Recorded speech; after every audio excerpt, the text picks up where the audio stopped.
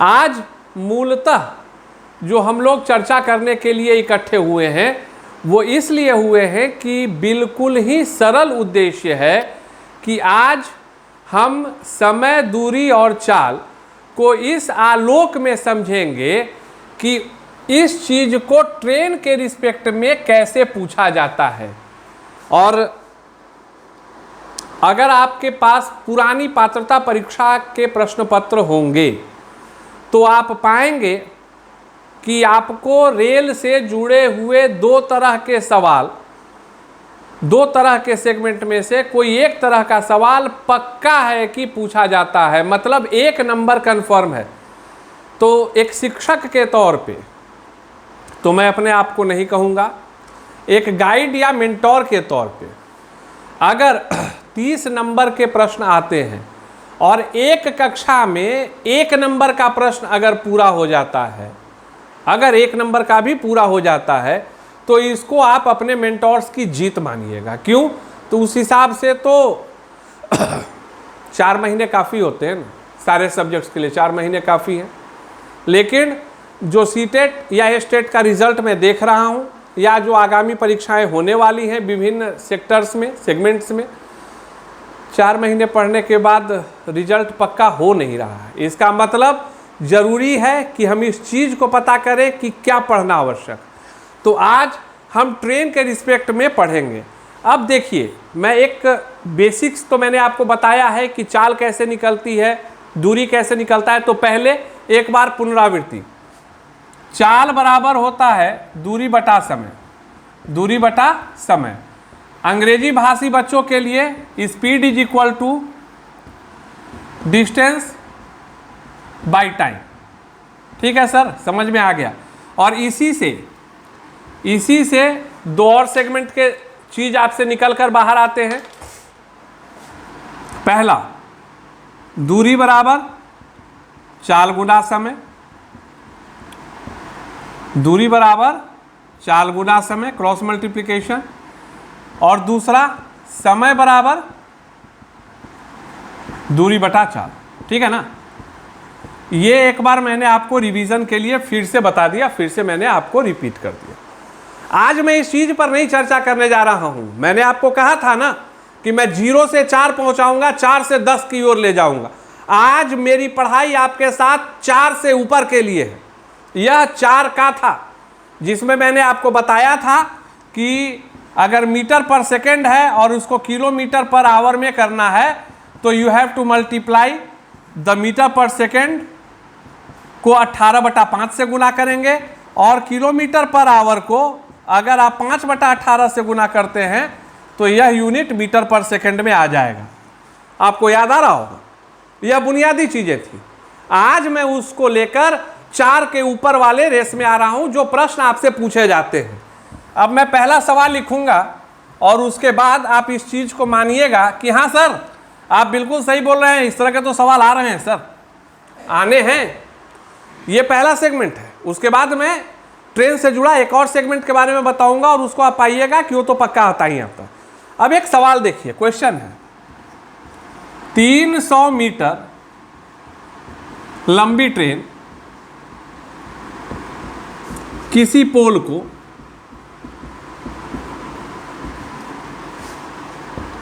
किसी पोल को 15 सेकंड में पार करती है। कितने सेकंड में पार करती है? 15 सेकंड में पार करती है। ट्रेन की चाल, चाल का बोले तो स्पीड ज्ञात करें। सवाल आता है कि नहीं आता? ट्रेन और पोल का सवाल आता है कि नहीं आता है? आता है। आप ये पा रहे होंगे कि हाँ इस तरह के सवाल आते हैं।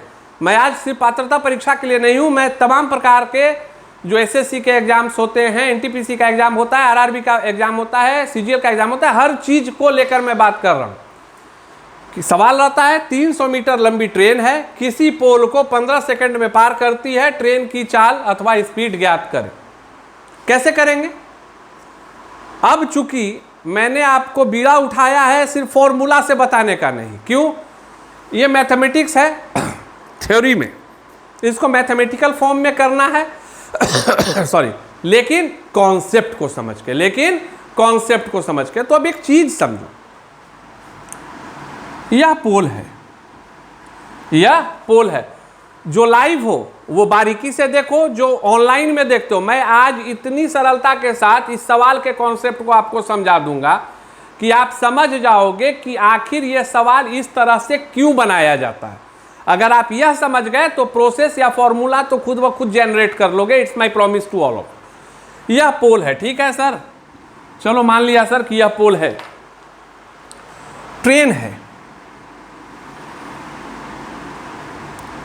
है, कितनी लंबी है? 300 मीटर लंबी है। अब सवाल क्या बोलता है? सवाल बोलता है कि 300 मीटर लंबी ट्रेन किसी पोल को 15 सेकंड में पार करती है। इसका मतलब तुम समझो, एक नॉर्मल से परिस्थिति में यही ट्रेन है, मान लिया कि यह ट्रेन है, इसकी लंबाई 300 मीटर है। अब सवाल को कॉन्सेप्चुअली समझो, यह पोल है और कहा गया कि 15 सेकंड में पार करती है। इसका मतलब क्या हुआ कि यह ट्रेन अब आगे बढ़ रही है। सबसे पहली चीज को समझो, जब यह ट्रेन का अगला किनारा आया तो वो पोल के स्पर्श में आ गया और अब यह ट्रेन आगे बढ़ने लगी, बढ़ रही है। जब यह ट्रेन गुजर गई तब माना जाएगा कि इसने पोल को क्रॉस कर लिया, तब यह माना जाएगा कि इसने पोल को क्रॉस कर लिया। इसका अर्थ क्या हुआ भैया? इसका अर्थ हुआ कि इस ट्रेन ने पोल को क्रॉस करने के लिए अपनी लंबाई की दूरी को तय किया, जो कि कितना था? 300 मीटर था। स्टार्ट करके इंड हुआ, पिछला किनारा निकला, मतलब 300। और जो सवाल में दिया गया उस आंकड़े को आप इस तरह से समझ लीजिएगा तो बिल्कुल आसानी होगी कि इस 300 मीटर को तय करने में उसको लगा 15 सेकंड। जब इस कॉन्सेप्ट को आप समझ लेते हैं तब आप जो है आसानी से समझ लीजिएगा कि अब सवाल जो है मूलतः यह कहा जा रहा है कि 300 मीटर की दूरी को तय करने में ट्रेन को 15 सेकंड लगता है। आप समझ रहे होंगे कि सवाल कैसे बदल गया। सवाल था कि 300 मीटर लंबी ट्रेन एक पोल को गुजरती है, 15 सेकंड लगता है, चाल ज्ञात करें। जबकि सवाल यह लिखित में था, मैथमेटिकल रूप से कहा यह जा रहा था कि एक बिंदु को क्रॉस करने में ट्रेन को अपनी पूरी लंबाई के साथ गुजर जाना होता है और वही जो उसकी लंबाई होती है वह तय की गई दूरी होती है। तो अब इसको फॉर्मूला पे भरेंगे कि चाल बराबर क्या होता है? दूरी बटा समय। चाल बराबर क्या होता है? दूरी बटा समय। तो दूरी कितना है यहाँ? 300। दूरी कितना है यहाँ? 300। तो 300।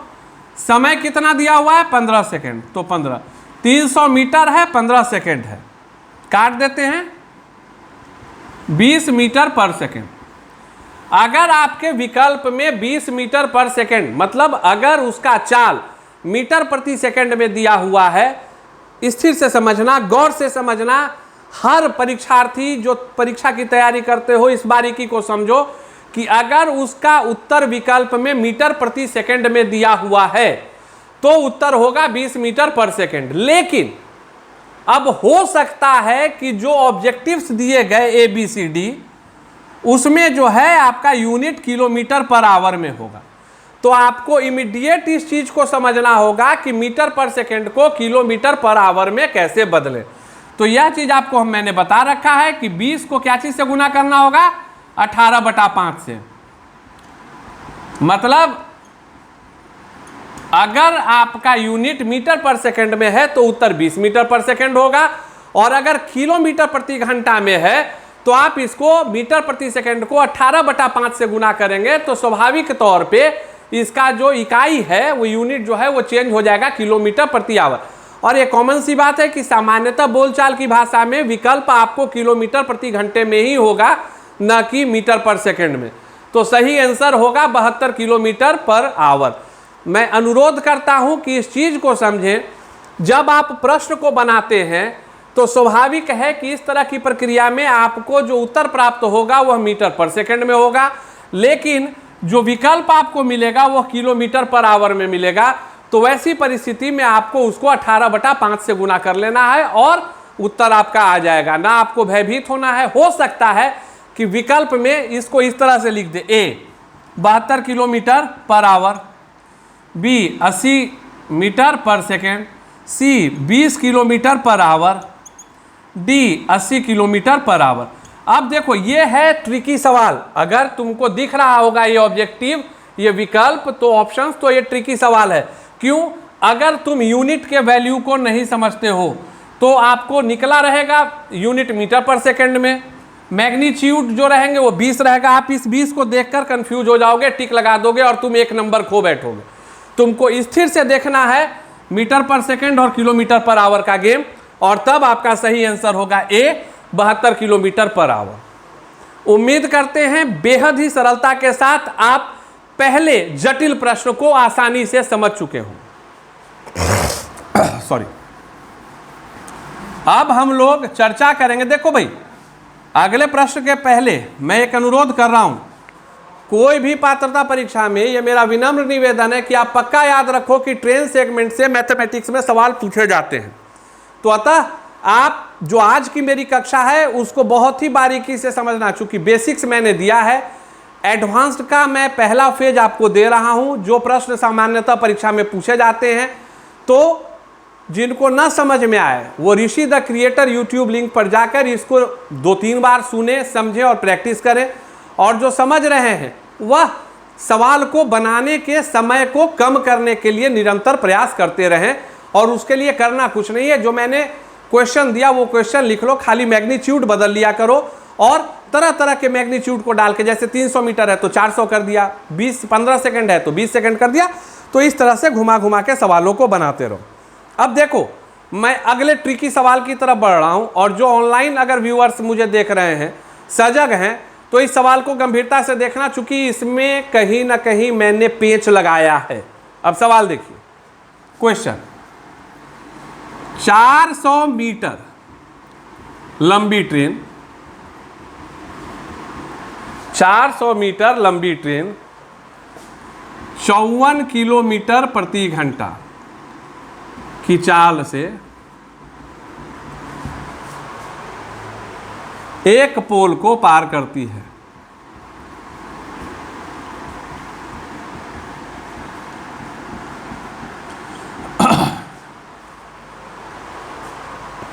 समय ज्ञात करें, समय ज्ञात करें। अभी मैंने प्रश्न दिया कि भैया ट्रेन की लंबाई इतनी है, इतने समय में पार करती है, चाल ज्ञात करें। और अब मैं अगले सवाल की तरफ आ रहा हूं कि 400 मीटर लंबी ट्रेन 54 किलोमीटर प्रति घंटे की रफ्तार से चल रही है, एक पोल को पार करती है, तो समय ज्ञात करें। तेज तेज तेज, सारे बच्चे तेज हैं आज, काफी तीव्र हो ना, फास्ट हो। ओके सर, आंसर तो पता है, करते हैं। Time time time is equal to क्या होता है? तुरंत लिखोगे डिस्टेंस बटा स्पीड। डिस्टेंस कितना है? 400 है। स्पीड कितना है? 54 है।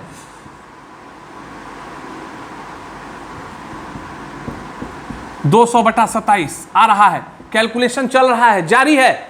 गलत, बिल्कुल गलत, गलती हो चुकी है। कहां गलती हुई है नोटिस किए? गलती तुम्हारी हो गई यहां, गलती तुम्हारी हो गई यहां। क्यों गलती हो गई? तुमने तेजी में बनाने के चक्कर में इस चीज का एनालिसिस करना याद नहीं रखा कि ऊपर जो ट्रेन की लंबाई है वह मीटर में है और चाल किलोमीटर प्रति घंटा में दिया हुआ है। चाल क्या दिया हुआ है? किलोमीटर प्रति घंटा में दिया हुआ है। मुझे करना क्या था वस्तुतः? पहला step 1, convert kilometre per hour into metre per second. पहले तो ये करेंगे ना, क्यों? चूंकि यहां तो लंबाई मीटर में दी हुई है, यहां चाल किलोमीटर प्रति घंटे में दिया हुआ है, तो पहले इसको तो बदल के इस यूनिट में लाएंगे, तब कैलकुलेशन होगा। और उसके लिए क्या करते भैया? 54 को क्या करते? 54 को करते किलोमीटर प्रति घंटा को मीटर प्रति सेकंड में बदलने के लिए क्या करना होगा हम लोगों को? इसको 5/18 से गुना करना होगा। क्या करना होगा? 5/18 से गुना करना होगा। तो गुना करते तो 18 × 54, ये आ गया 15 मीटर पर सेकेंड। अब जाकर हम लोग करते कि time is equal to distance बटा स्पीड। तो डिस्टेंस कितना है सर जी 400 और ये कितना है 15। अब करते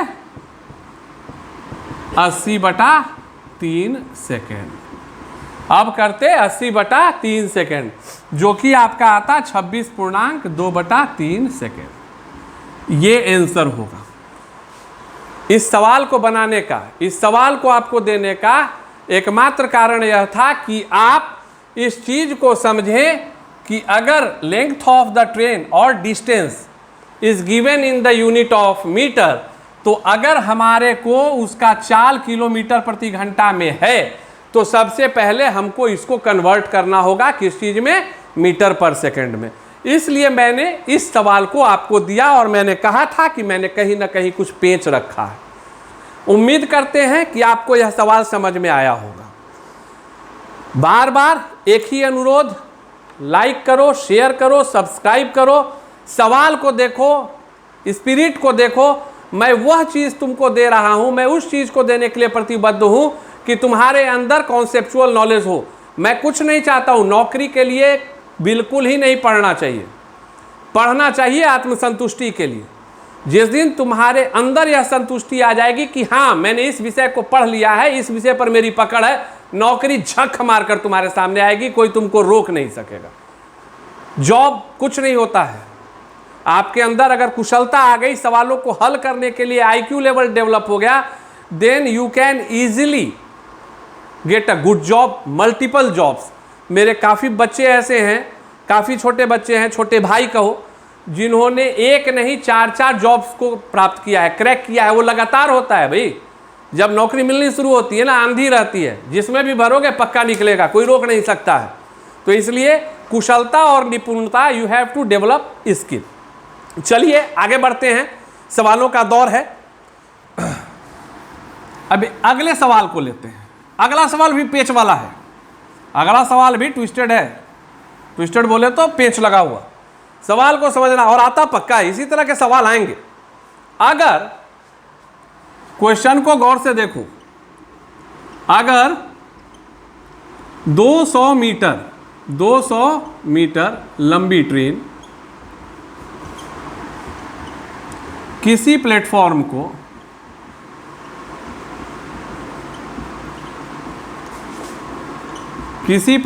को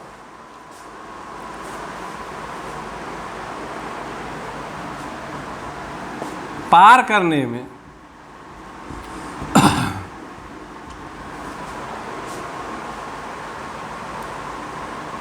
20 सेकंड का समय लेती है, जबकि प्लेटफॉर्म की लंबाई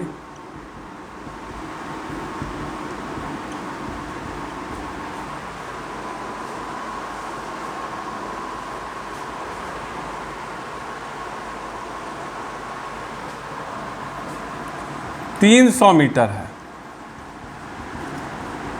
तो चाल ज्ञात करें। सवाल कैसा है?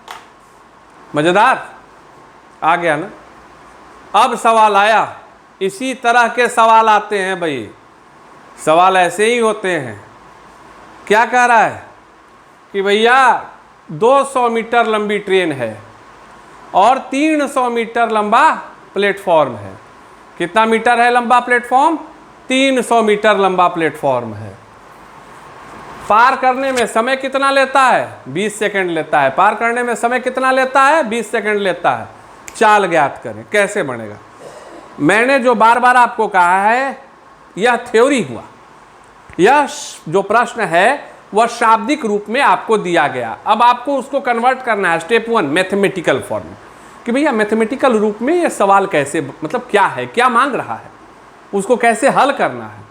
तो with the help of pictorial representation हम लोग इसको समझेंगे। गौर से देखना जो देख रहे हो।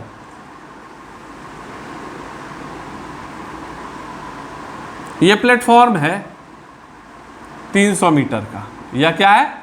प्लेटफॉर्म है 300 मीटर का, ठीक है।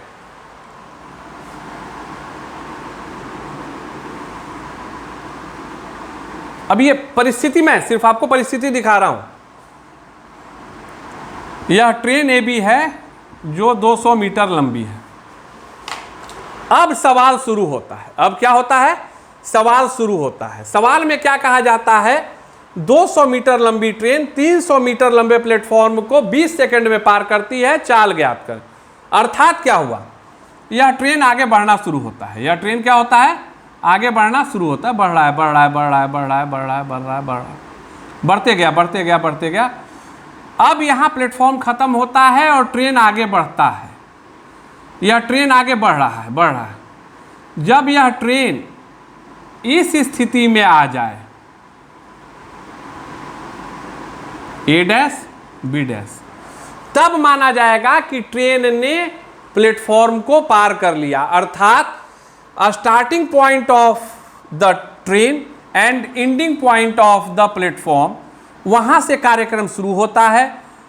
पूरा का पूरा ट्रेन जो है प्लेटफॉर्म के तरफ से बढ़ते हुए आगे की ओर जाता है और वह प्लेटफॉर्म को पार किया हुआ तब माना जाएगा जब ट्रेन का पिछला किनारा प्लेटफॉर्म से निकल गया। अर्थात क्या हुआ? ट्रेन को टोटल दूरी कितनी तय करनी पड़ी? 300 और आगे का 200। सही बोल रहे हैं ना? चूंकि ट्रेन तो 200 मीटर लंबी है, मतलब यहां से यहां के 300 मीटर की दूरी प्लस 200 मीटर की दूरी जब ट्रेन तय कर लिया, तब माना गया कि ट्रेन ने पूरी तरह से प्लेटफॉर्म को छोड़ दिया। और इसी चीज को आधार मानकर इस तरह के प्रश्न हल किए जाते हैं। अब करना क्या है? सिंपल है, डिस्टेंस पता चल गया तो speed is equal to distance बटा टाइम। डिस्टेंस कितना हो गया? 300 प्लस 200 500 मीटर। समय कितना दिया हुआ है? 20 सेकेंड, तो 20 सेकेंड मतलब चाल कितना आ गया भैया? 25 मीटर पर सेकेंड। अब यह तो तुम्हें बताने की जरूरत है नहीं कि ट्रेन का चाल तो मल्टीपल चॉइस में मीटर पर सेकंड में नहीं होना चाहिए, वो तो किलोमीटर पर आवर में होना चाहिए। तो 25 मीटर पर सेकंड को अगर 18/5 से गुना कर देते हैं तो वह क्या हो जाता है? 90 किलोमीटर पर आवर, जो कि मैंने बेसिक्स में आपको बताया है। तो उत्तर कितना आ गया? 90 किलोमीटर प्रति घंटा। आप देख सकते हैं कि चाहे वह पोल का कॉन्सेप्ट हो तो पोल में क्या हुआ? डिस्टेंस मतलब the length of the train, और जब वही प्लेटफॉर्म की बात आती है तो डिस्टेंस मतलब distance of platform plus distance of train. जो लेंथ ऑफ ट्रेन है और जो लेंथ ऑफ प्लेटफॉर्म है वो दोनों मिलने के बाद वो डिस्टेंस के तौर पे काउंट होता है। This one is the basic difference between these two type of questions, कि उसमें एक ट्रेन की लंबाई ही दूरी है और इसमें ट्रेन की लंबाई और प्लेटफॉर्म की लंबाई दोनों को मिलाने के बाद सम्मिलित दूरी होती है, जिस पर कि हम गणितीय गणना करते हैं। उम्मीद कर रहे हैं कि काफ़ी आसानी से आपको यह सवाल समझ में आ गया होगा। ना भी आया हो तो चिंता की बात नहीं है, जितनी मैं सरलता से बता रहा हूँ ना, मैं उम्मीद करता हूँ कि 1-2 बार आप मेरे लिंक पर जाएं, देखें। पक्का है कि आपको यह चीज़ समझ में आएगी। और यह नंबर है भैया, ये प्योर नंबर है जो तुम्हारा कोई काट नहीं सकता। अब एक छोटा सा क्वेश्चन है, ट्विस्टेड फॉर्म में है, तो इस चीज़ को थोड़ा सा बना लेते हैं। मान के चलो कि एक क्वेश्चन है, 130 मीटर लंबी ट्रेन, 130 मीटर लंबी ट्रेन एक प्लेटफॉर्म को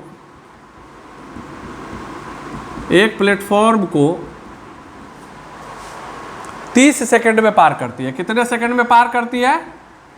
30 सेकंड में पार करती है। कितने सेकंड में पार करती है? 30 सेकंड में पार करती है। अगर speed of train 54 kilometre per our है तो प्लेटफॉर्म की लंबाई ज्ञात करें। इस तरह से जो सवाल आते हैं, इसका सबसे जटिलतम स्वरूप यही होता है। इसका सबसे जटिलतम स्वरूप यही होता है। उम्मीद कर रहे हैं कि आपको सवाल समझ में आ रहा होगा। क्या है सवाल कि 130 मीटर लंबी ट्रेन है, ले लीजिए 130 मीटर लंबी ट्रेन है, एक प्लेटफॉर्म को 30 सेकंड में पार करती है, तो स्पीड जो है 54 किलोमीटर प्रति घंटा दिया हुआ है, ट्रेन की लंबाई ज्ञात करें। Step one 54 kilometre per our को हम लोग मीटर पर सेकंड में बदल देते हैं। करेंगे क्या, 5/18 से गुना कर देंगे। पहला चीज हो गया 15 मीटर पर सेकंड। दूसरा आप चीज बताए थे ना, टोटल डिस्टेंस का मतलब क्या है, ट्रेन की लंबाई प्लेटफॉर्म की लंबाई। सर प्लेटफॉर्म की लंबाई तो दी हुई नहीं है, सवाल तो तुम्हारा यही होगा। मैथ है, वेरिएबल ले लेंगे, एक्स वाई जेड कुछ ले लेंगे। अब इसको भर दिए तो क्या है भैया, समय बराबर दूरी बटा चाल। ऋषि सर क्या बताना, बार बार याद है, आगे बढ़ जाओ। समय कितना दिया हुआ है, 30 सेकेंड। दूरी कितनी है, दूरी मैंने क्या बताया है, length of train and length of platform कर देते हैं ना ऋषि सर। 130 प्लस एक्स मान लिया गया प्लेटफॉर्म की लंबाई, एक्स मान लिया गया प्लेटफॉर्म की लंबाई। टोटल दूरी हो गई, चाल तो मैंने निकाल रखा है 15। क्या हो गया, गुना कर लो, क्या हो गया, 15 तिहाई 45, 450, 130 प्लस एक्स। LHS RHS जानते होगे ना, ये प्लस है, इधर जाएगा तो क्या हो जाएगा माइनस। 450 माइनस 130 बराबर एक्स, मतलब क्या हो गया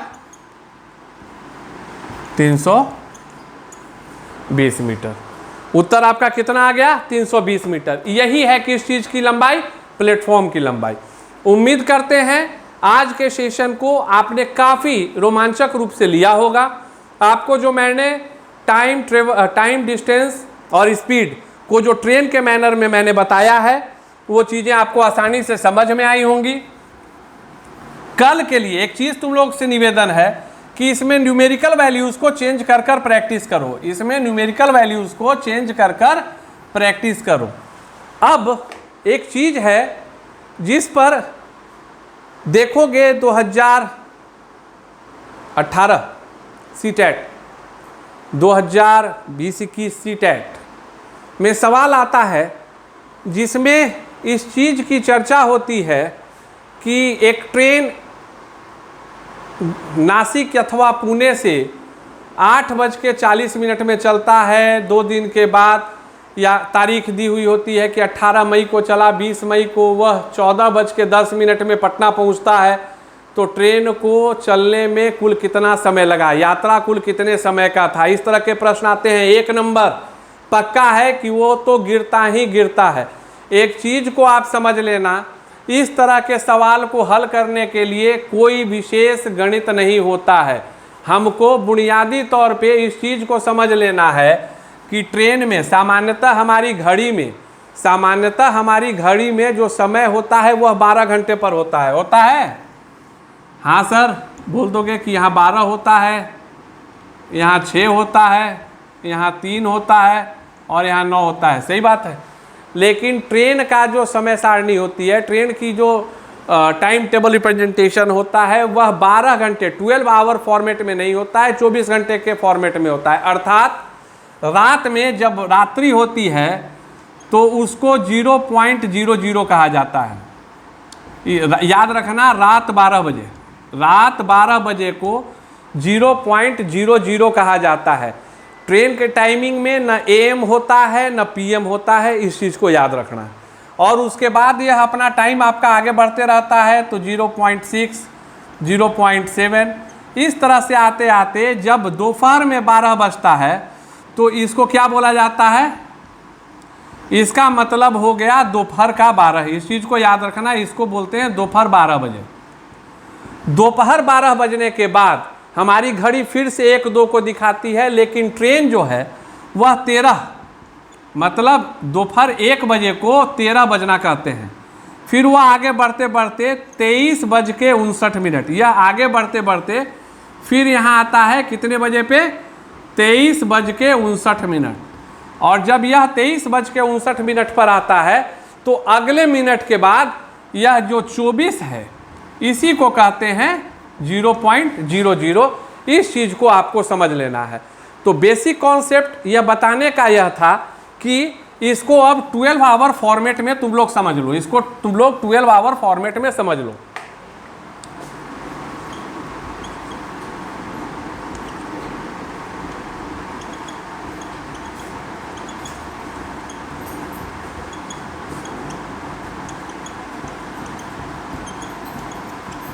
सात, 8, 9, 10, 11,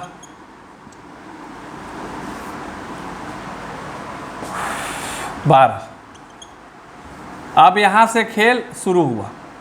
यह जो 13 है इसको मतलब क्या बोला जाता है, इसको कैरी कर लो 1 बजे दोपहर। चूंकि घड़ी जो होती है वह 12 घंटे की सुई पर चलती है। 14 मतलब 2 बजे दोपहर। यह क्या हो गया 15 मतलब 3 बजे शाम। इस तरह से तुम्हारे आंकड़े जो हैं चलना शुरू होते हैं।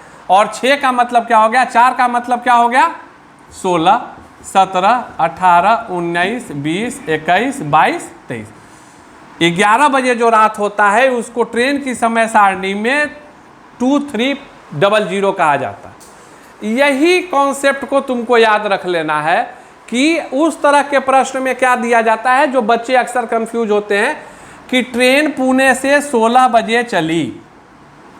16 बजे चली मतलब वो कह रहा है कि 4 बजे शाम में चली। 4 बजे शाम में ट्रेन खुलती है। अगर इस चीज को हम लोग समझ गए तो एक सरल क्वेश्चन मैं आपको देता हूं जिस पर आप किसी भी प्रकार के सवालों को आसानी से हल कर सकते हैं। देखना सवाल को गौर से। सीटेट 1 नंबर 89 आया है किसी का? सीटेट में 89 इतनी घनी पीड़ा देता है ना कि कहना नहीं। सफलता आते आते रह गई, और वो भी तब जब यह 90 वाला क्वेश्चन था और आदमी से गलती हो गई। तब समझ में आता है कि 1 अंक का अर्थ क्या होता है, what is the role of 1 marks. सवाल अब दिया गया, सोमवार को 14 बजे एक ट्रेन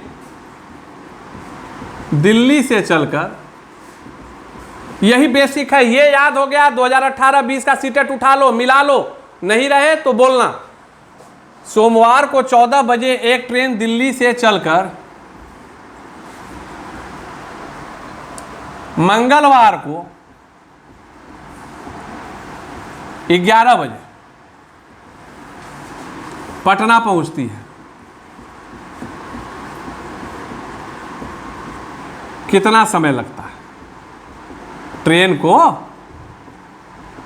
कितना समय लगता है? 14-11 कंफ्यूजन शुरू हो गया। कुछ नहीं, स्टेप 1 14 बजे को घड़ी के दिमाग में लगाओ कि क्या बजता है।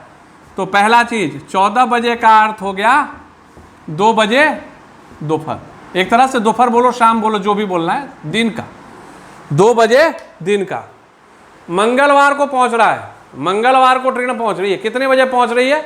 11 बजे पहुंच रही है। मंगलवार को कितने बजे पहुंच रही है? 11 बजे पहुंच रही है। 11 बजे का अर्थ क्या हो गया? 11 बजे का अर्थ क्या हो गया? सुबह।